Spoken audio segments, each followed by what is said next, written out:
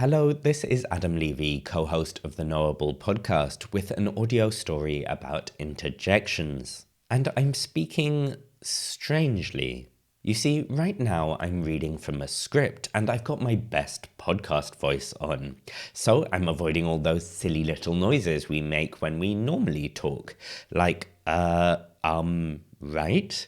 Except it turns out avoiding these fragments, these interjections, isn't just unnatural. It actively impacts our ability to communicate, because these long overlooked grunts and utterances might just be integral to speech. But enough from me and my unnatural introduction. I spoke with two researchers about interjections, and I kicked things off the way I typically do for podcast interviews. To start with, could you just give your name and your affiliation? So my name's Mark Dingemanse, and I'm an associate professor at the Center for Language Studies at Radboud University in Nijmegen, the Netherlands. Now, when you were speaking there, I tried to do what I always try to do when I'm speaking to someone in a podcast, which is stay silent, which is what I learned to do. Can you explain how this fits or doesn't fit with more genuine conversation, more everyday conversation? Yeah, sure. So part of being a good listener is also showing that you're listening by, you might be nodding, you might be going, mm-hmm. We do that incredibly often, and they help the speaker to know that the other is on the same page, is with them, whether we need to rephrase or whether we should shut up. Well, you said there that they happen incredibly often. How often are we talking? Yeah, so it depends on what words you're looking at. But one thing that I've looked at is just all the things we use as standalone items. So think of it as one word utterances. Mm-hmm. So that could be an mm-hmm. It could also be oh. It could also be huh. And there's a bunch more of these. Mm-hmm. And I looked at this in a range of languages around the world. And what I found was that, about 1 in 7 turns of our conversations is or has one of those items. Do we have anything which shows how communication is affected when we do versus when we don't have these kinds of interjections? And I'm asking partly selfishly as someone who wants to know whether I'm interrupting my own podcast interviews by avoiding them. Yeah, there's some lovely research on this. So, for instance, by Janet Baveles and colleagues in the early 2000s, where they had people tell stories in one of two possible settings. In one setting, you'd be telling your story, and you'd have a listener opposite who'd be, doing their thing as a proper listener, nodding, going, mm-hmm, going, okay, and so on. In the other setting, you'd also have a listener opposite you, who'd also be looking at you very attentively. But unbeknownst to you, their instruction was to count the number of words starting with T. And what they found in that experiment was, in the second case, where you have this listener trying to count the number of words starting with T in your story, the delivery of the story just breaks down. People don't formulate complete sentences anymore. They restart. There are stops and starts, hiccups, hitches, because the speaker doesn't get this immediate feedback all the time, which we normally do in everyday conversation when we tell a story. So do you think then that there would be some impact if I changed my podcast interview technique to try and give a bit more vocal acknowledgement of people rather than doing what I've learned to do, which is keep the audio clean and stay quiet? My feeling is, as a scientist of talk, that it's probably a good idea to, in a podcast-like format, in a dialogue, to stay fairly close to, the kinds of things we do in everyday conversation too. Now we're talking in, and I suppose about, English. Do we notice any differences in what those interjections actually are? Is a particularly English interjection, or are there patterns in those as well? Yeah, so one interesting thing is that some of these seem to be quite similar across languages. And it turns out that in almost every spoken language for which we have any data, you find that one of the things you can do at this place in a story to show your listenership is something with one of those nasal sounds. So, and so on. So, that appears to be a fairly strong pattern across languages. Why might that be, that's a strong pattern? What is it about those noises? So there's something very neat about this, which is, so when we take turns in conversation. Normally, when I stop speaking, it's your turn. You take up your turn. We are very fast at this. It's pretty amazing. But a story is something different. It's not this A B A B. It's not this back and forth between you and me. It's to tell a story. I need to produce a bunch of turns in succession. How do I do this? Well, I need your cooperation for this.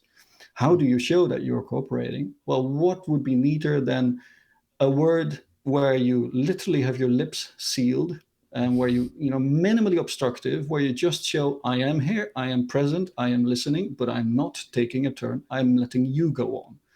That is essentially what is doing. So I find it a very neatly designed word. It's like streamlined for that particular function. That was Mark Dingemanse, who we'll hear from again in a moment. But I also spoke with Martina Wiltschko of the Pompeu Fabra University in Barcelona. You see, as a podcast host, it's not just my silence when I'm listening that's unnatural. Typically, when we speak, we also use interjections. Stuff like to indicate when we're pausing but not finished, or, to check that the listener is still, listening. Another thing that I've learned as a podcast host, and I've been doing for hundreds, if not thousands of interviews, is trying to ask my questions as cleanly, again in quotes, as possible without any unnecessary words added. Are these kinds of markers also important in active speech and in questioning? Yes, totally. We start by saying, okay, we have an ideal conversation, which is where you're asking me a question and I assume you don't know the answer, and you assume that I do know the answer. But in the real world, things are not always like that. Like sometimes you might have a hunch what my answer would be, or sometimes you might not be sure that I have an answer. And these departures from the typical conversation, they're marked. It also holds for when you tell me something, say you're telling me about the weather, and you might think that I don't know what the weather is like, then you can say, it's sunny out. But if you see that, okay, I have a window and maybe I know what the weather is like, then you say, it's sunny out today, isn't it? Like in Canada, they would say, it's nice out, eh? Like that final A. That is a way of in making sure that, okay, I'm not telling you, like I always say, like I'm not shoving the information down your throat. I'm indicating that there's a chance that you already know this, and then if so, do you agree with me?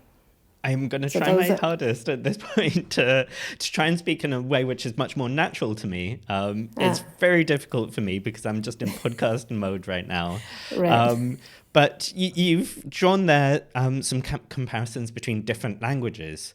But these kinds of interjections, more broadly, they're pretty universal across languages, Yes. right? Yes. So I have looked at, I don't know, at least 15, 20 languages, okay. And I haven't found, and they're from all over the world, and I haven't found a single one that doesn't make use of such markers. And those functions of interaction, of conversational interaction, they seem to be universal, that what we are trying to do is we're trying to build common ground, meaning, okay, I know something and I want you to know it, and I want you to tell me what you know, and we are building something that we both know then. And regulating turn taking. That's conversation, and that's conversation all around the world as far as we know. And that's actually something I noticed we weren't necessarily doing very well in the beginning of this interview, is turn taking. I would start asking my questions, and because I hadn't been making any of these noises or anything like that, right. You weren't sure that I was about to start asking a question, and so you were continuing speaking. Right, exactly. It's not natural, and especially Zoom is not exactly the natural conversation. So things are a little bit off. I'd like to talk about maybe even more unnatural conversations, by which I mean completely unnatural conversations, because we now have podcasts designed and recorded purely by artificial intelligences, which are trying to do their best at having the kind of conversation we're having right now. And to my untrained ear, the first thing I notice is that they can sound quite incredible. They actually help to make the conversation smoother, especially in storytelling.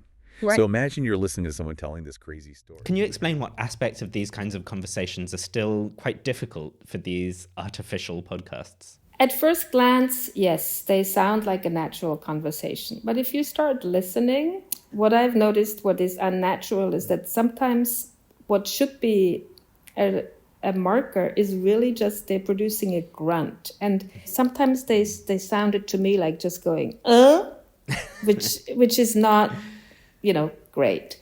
My first impression when I listened to this was like looking at those AI generated pictures where at first sight they look good, but on closer inspection, like there's like one finger too many or something is off. But it makes sense because it's a part of speech that we don't really talk about so much. By we, I mean we in general. I'm sure you talk about it plenty. That's the cool thing about these markers, because they so under the radar and we have this unconscious knowledge about them. That's what I find so fascinating about language, that we know so much about our language that we're not even aware that we know. And there's so much information packed into these little, grunts. They're not grunts, but it's unbelievable. Martina Wiltschko there. Now back to my conversation with Mark. Why, if these interjections are so common, so important, why are they so overlooked? I mean, there's a couple of different reasons, but one of them is to do with the history of my discipline of linguistics, the study of language. And that discipline has its roots in studying language as it is written down. And so when linguists started thinking about linguistic structure, that was where their focus was. Because at the time it was impossible to even make recordings, we're talking 100, 150 years ago at least. And so that's one simple reason that they overlooked this bit of the linguistic machinery. And it's, taken quite a long time before people started thinking, wait, maybe there is something in how we use language in everyday conversations that might also be worth studying. And to you, just how worth studying is it? And to you, just how big a part of language is it? Yeah, so one argument I've made, deliberately provocative, I should say, but one argument I make is that interjections, these little words that streamline our everyday language use, that they're at the heart of language. We would not have complex language were it not for these humble words. This is entirely different from how people used to look at these things, if they looked at them at all. And so it's fascinating to me that it's so easy to overlook, whereas we would struggle to have any coherent conversation if we did not have these little words. And like, I guess, a lot of the most fascinating science questions, the question is there staring you right in front of your nose, and you just have to ask it and ask, what are these things that I'm doing and hearing constantly? Indeed, yeah. Well, this has all made me somewhat self-conscious, I suppose, about how I conduct podcast interviews, and now I'm really trying to as we go along. Yeah, it's terrible. That's one of the afflictions of this line of work. Is you start at least at some at least for a moment being self-conscious. It'll wear off, I'm sure. Okay, good. This has been a special one-off episode of the Knowable Podcast with Mark Dingemanse and Martina Wiltschko. Make sure to stay subscribed wherever you get your pods for future episodes like this, and find out loads more incredible interjection research in the written feature over at knowablemagazine.org. Thanks for listening. I'm Adam Levy.